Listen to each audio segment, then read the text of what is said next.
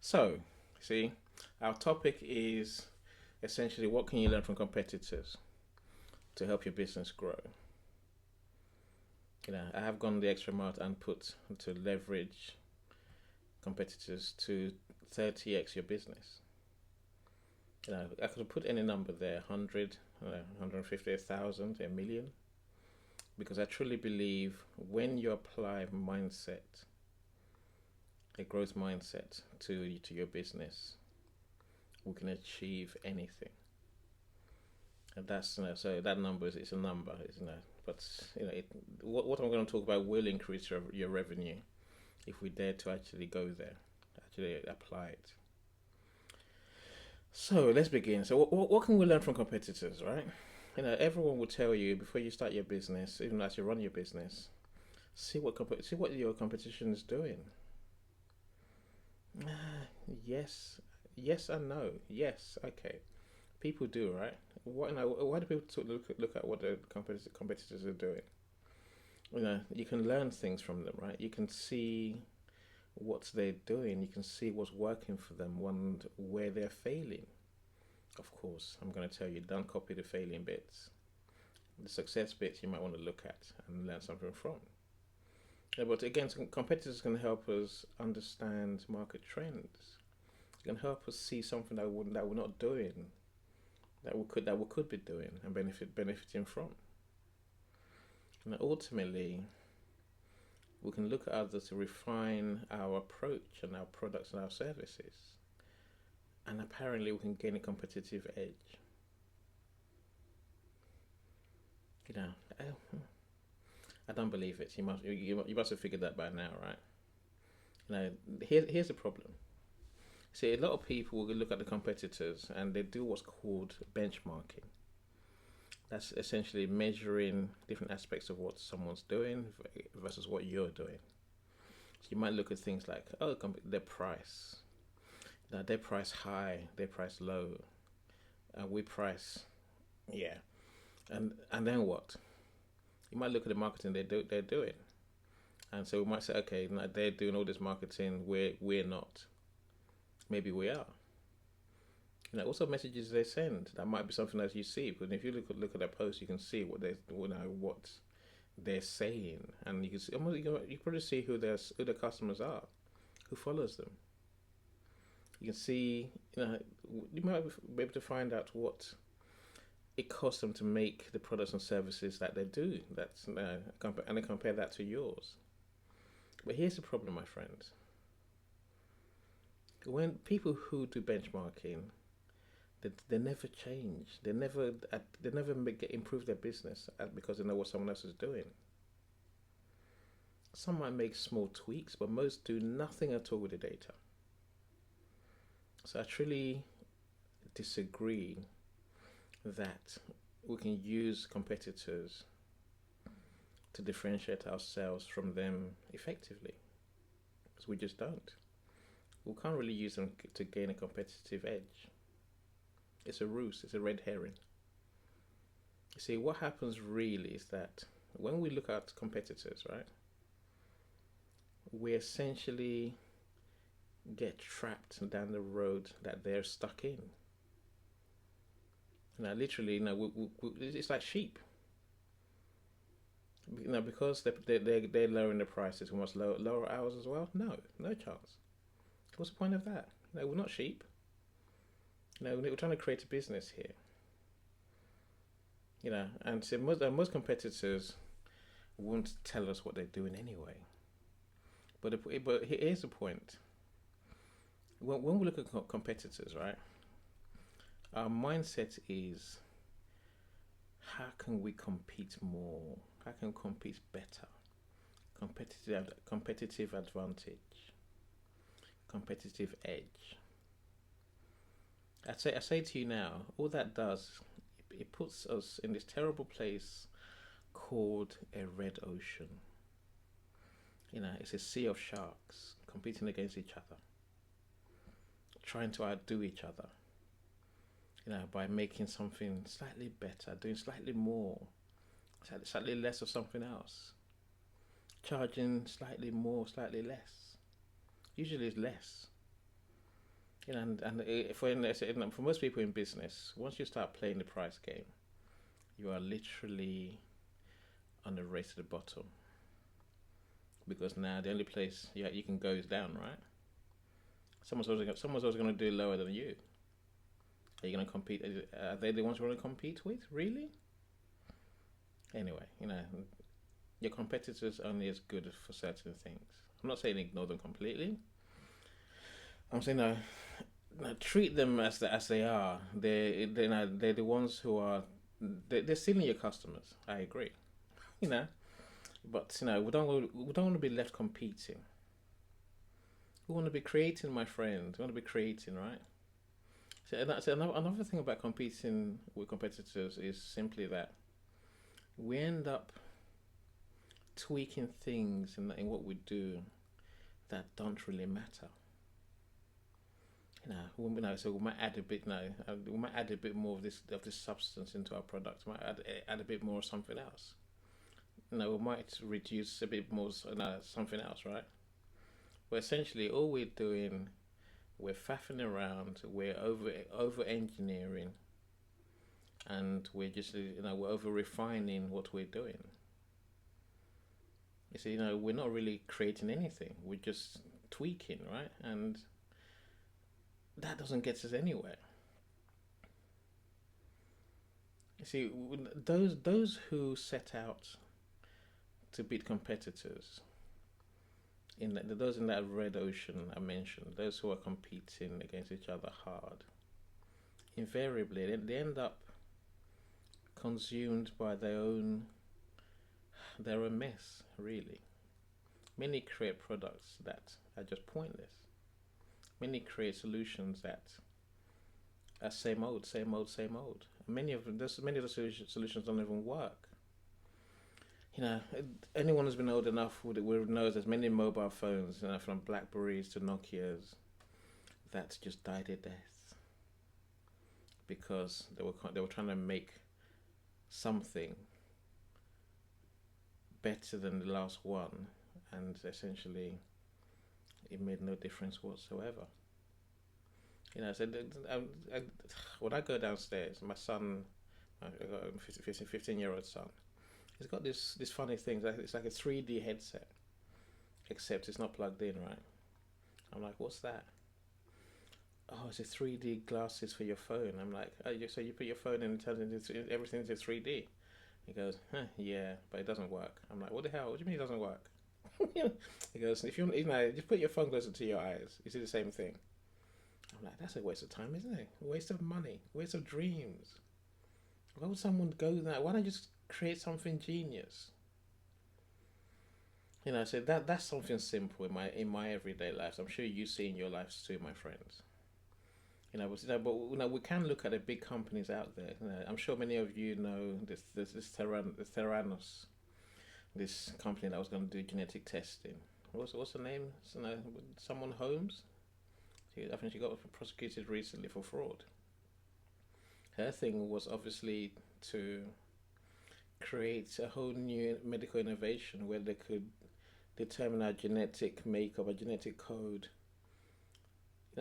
easily with a simple blood test. See, because she was competing against the labs and who actually do these blood test things, actually do it properly.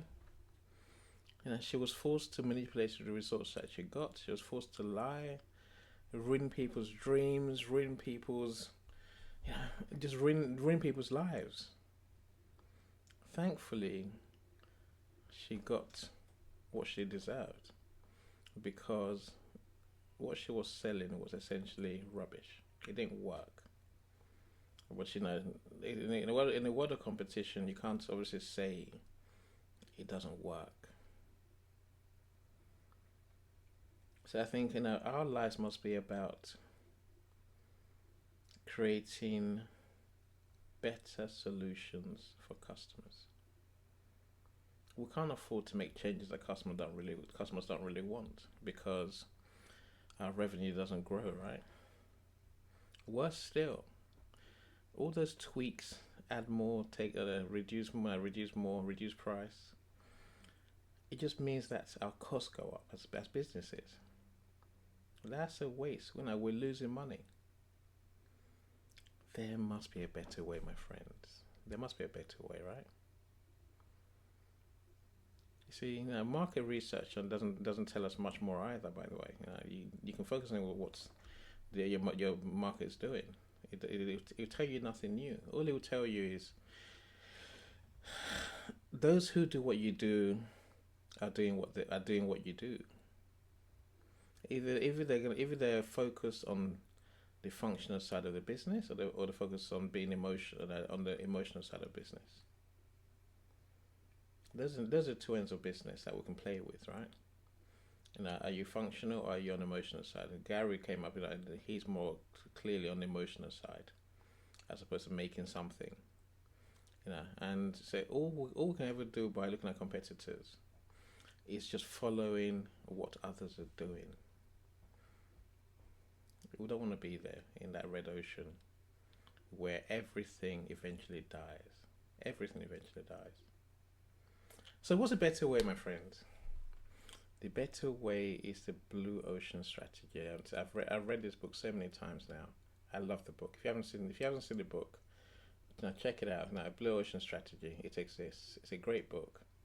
It's free on YouTube, so you have no reason not to go and listen to the audio book. I think it's fun.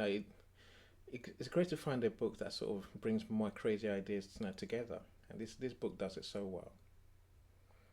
And essentially, what a blue ocean strategy is creating that waterway, that beautiful lake, that beautiful ocean, that beautiful sea between you and competitors and what you do. That way, you're not competing. It pretty much lays out how you can design a strategy for your business where you create products and solutions that are so different from what others are doing that you have no competition. But more importantly, you serve your customers better than anyone else can, anyone else has thought of doing. So those who are competing are still doing what they're doing, whereas you're doing something else completely. Is it possible? Of course it is. It's more than possible. I explained to you earlier how I've essentially created a different type of marketing agency by taking different bits of what I like doing and then creating something different, something new, something that truly serves my customers better. Again, people who come to me for marketing, I could easily think they want more likes, they want more, they want more engagement, they want more posts. They don't. They want to serve more people. That's what my clients come to me for. They want to serve more people. And the best way is that they can serve more people is by doing what I do for them now: audio rooms, writing them, giving them authority by writing their books, and elevating them beyond simple likes and shares. Now, the question for you, my friends, is what can you do in your business that's truly different to what everyone else is doing? I won't just talk about it.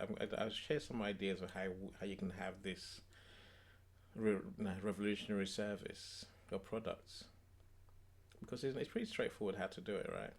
Of course, I can't cover the whole book, in the next 10 minutes. I give you some ideas. This is probably where the mindset becomes in. You see, the start of this blue ocean thinking, this revolutionary products you're going to design and create, is taking a big picture approach. Actually have a vision. Truly work out in your mind and see in your mind's eye what we're trying to create. And what we're trying to create is something that's different and serves our customers better and makes us more money. How do we do this, my friends? Simply look at what you're doing now, and then work out what can I add, what can I take away, and what can I change. Those three things. What can I add to what I'm doing? What can I take away from what I'm doing now, because everyone else is doing the same thing? and what can I change because everyone else is doing the same thing, with the aim of serving our customers better. You must see the solution in your mind's eye. You must. You must see your business in the marketplace. You must see your business 10 years from now, with your new solution as your driving force. Of course, let's be sure. As soon as you make this blue ocean change, right, there'll be different type of competition that suddenly comes alongside you because other people will adopt your way of doing things. Is that a bad thing? Not really. It's essentially, if there's no one else doing what you're doing, then you're probably in a doomed industry anyway. So take it from me that people will come on and suddenly start saying what you're saying, suddenly start seeing things from your point of view. You just have to embrace that and just carry on creating more blue oceans. Keep improving, keep creating genius as we go. That, my friends, is how you essentially 30x your business, 100x your business, 1 billion x your business. You see, what I'm talking about here, it may sound like a pipe dream. It really isn't. Everyone does this every day. People in the companies do this every single day. Not everyone. Every company does this every day. They solve the client's real problems by doing what the others won't do. Here's a couple of examples for you. See, there was a time when, not long ago, by the way, it's literally we're talking 80s, 90s, where to have a cup of tea, you put the kettle on, right? I will put tea bag in a cup, and then we'll pour water in when the water gets hot. And us British people, we love our tea. I love tea. And essentially, once you pour the water in your cup, you go around, you go fishing around in your cup, trying to find those lime scale bits in your tea. Those who make kettles thought, it's not my problem. I make tea, right? Now we make hot water. We made hot water. They can suck it up. Those who make tea bags and tea as a whole thought, it's not my problem. We've made tea. They can drink it. But they can't, right? Until Philips turned around and said, you know what? Let's add a filter to the spout of the kettle. That simple move changed kettles forever. It ran the whole world. Suddenly, no more bits in my tea. Simple solution, solves everyone's problem, makes Philips the biggest kettle seller in the world. Easily done. Here's another one. I use this one quite often. There was a day when people said, right, we need faster way to travel. All these horses and carriages thing. We need to get there faster, right? And they say, okay, what should we do? Like I always say, my friends, some said, let's get more horses, attach them to the carriage thing, right? Yeah, let's have more horses, bigger carriages, faster carriages. Some said, let's have faster horses. Henry Ford and Mercedes said, no, damn the horses, no more horses. We're going to have horsepower.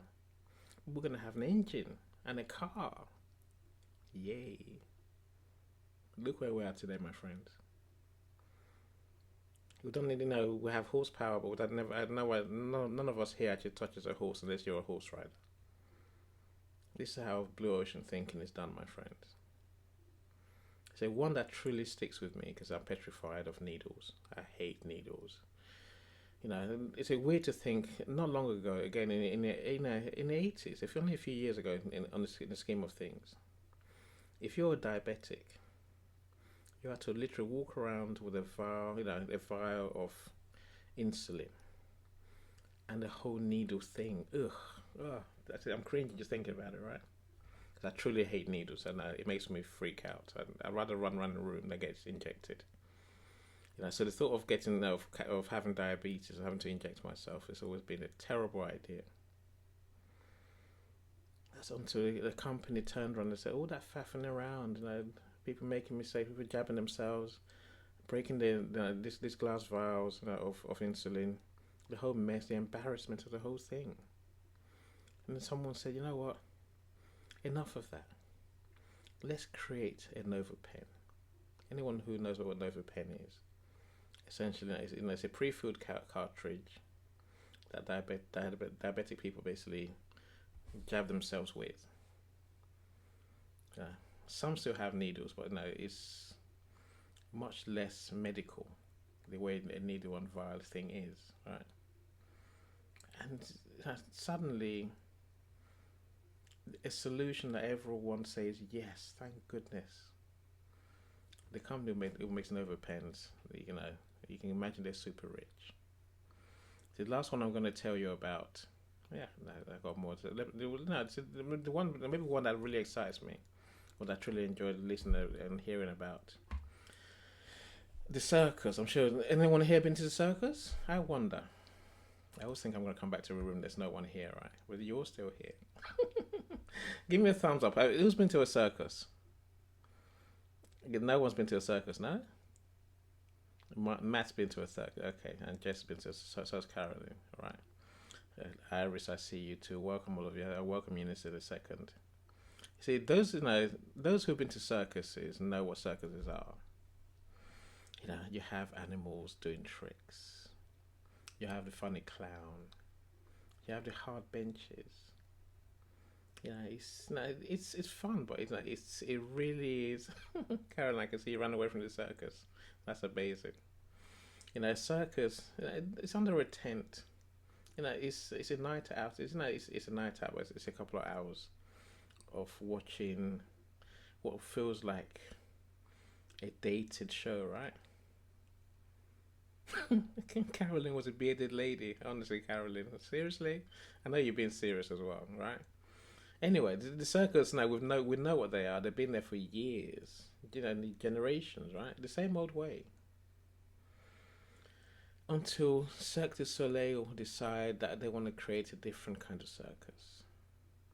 See, this is how you create blue ocean thinking, my friends, a blue ocean strategy for your business. Don't look at competitors. What Cirque du Soleil did was they looked at the competitors and they're like, okay, what's a circus? Tent. Okay, no, we'll keep the tent. It's fine. There's some people, who do tricks, acrobats, call it that, right? And they're like, that's about it, really. The animal thing, no, they don't do. Who needs animals? It ruins it, even though it's cruel, and it ruins the whole affair anyway. And let's not have those horrible benches. Let's have a luxury day out for people. Food included, luxury meals be had as well.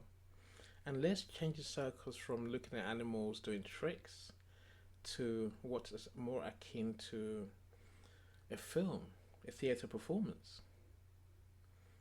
If you go to a Cirque du Soleil circus, event, you find something so different to the ordinary grotty circus. They didn't look at other circuses. They looked at film, theatres, cinemas, movies. How can we create something truly refined, truly an experience for the people who want to spend a day out, or an evening out?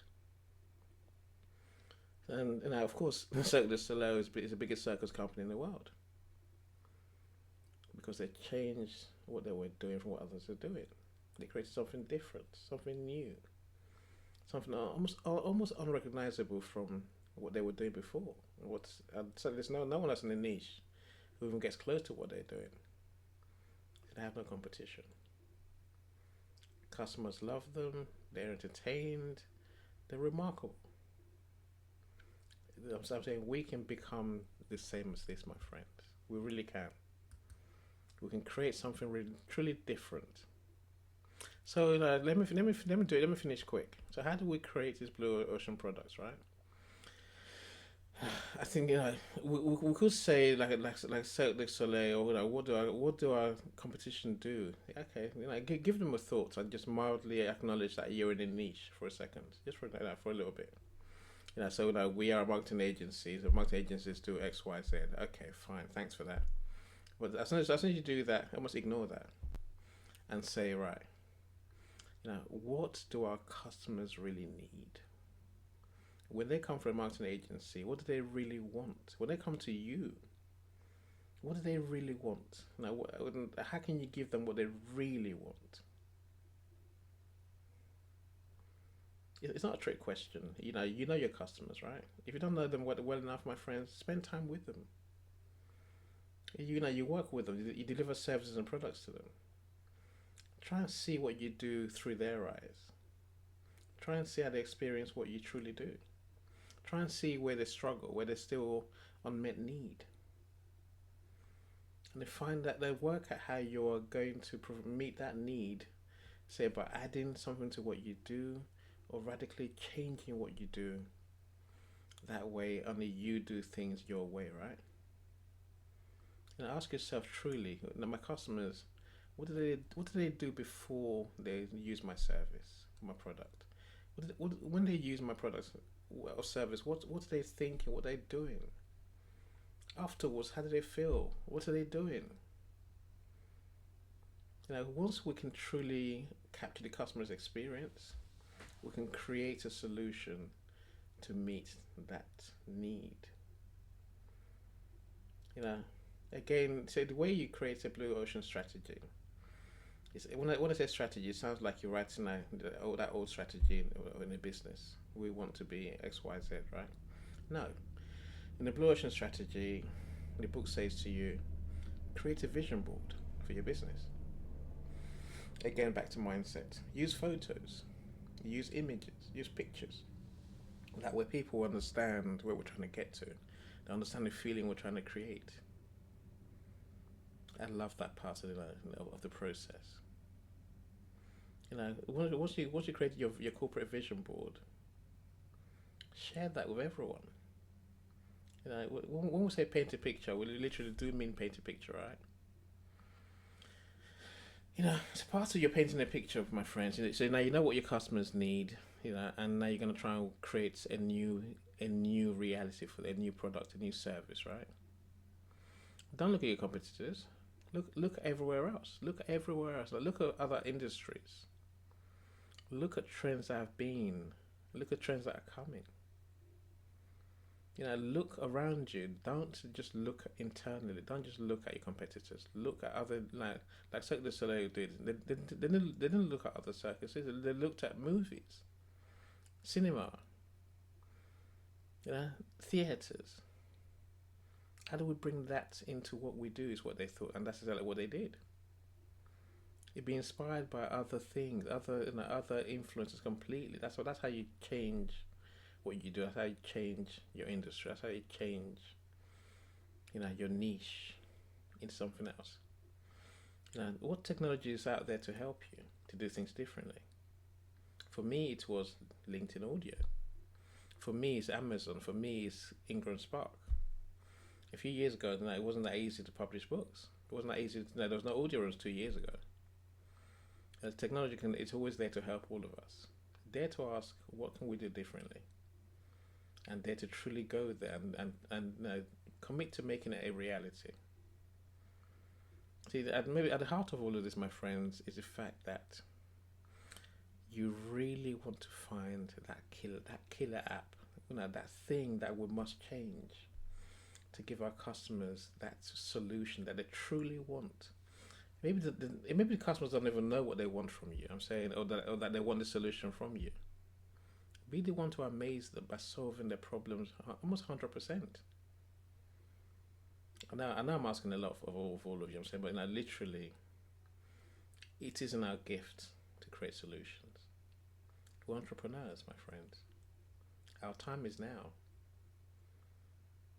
If not now, then when? I would know. If you know me well enough, that's asked this all the time, right? Let's truly create those solutions. And as I said, the strategy is not that hard. Focus on the big picture.